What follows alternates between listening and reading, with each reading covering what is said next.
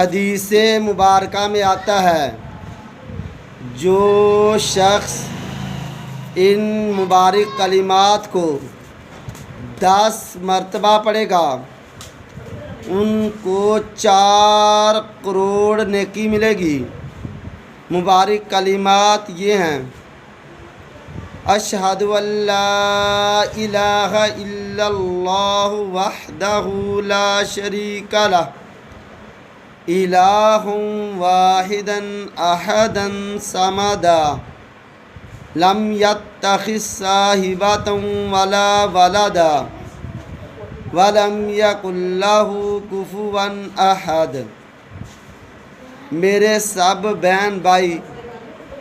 اپنے لیے، اپنے والدین کے لیے اور اپنے وفات پانے والے قریب دور کے رشتہ داروں کے لیے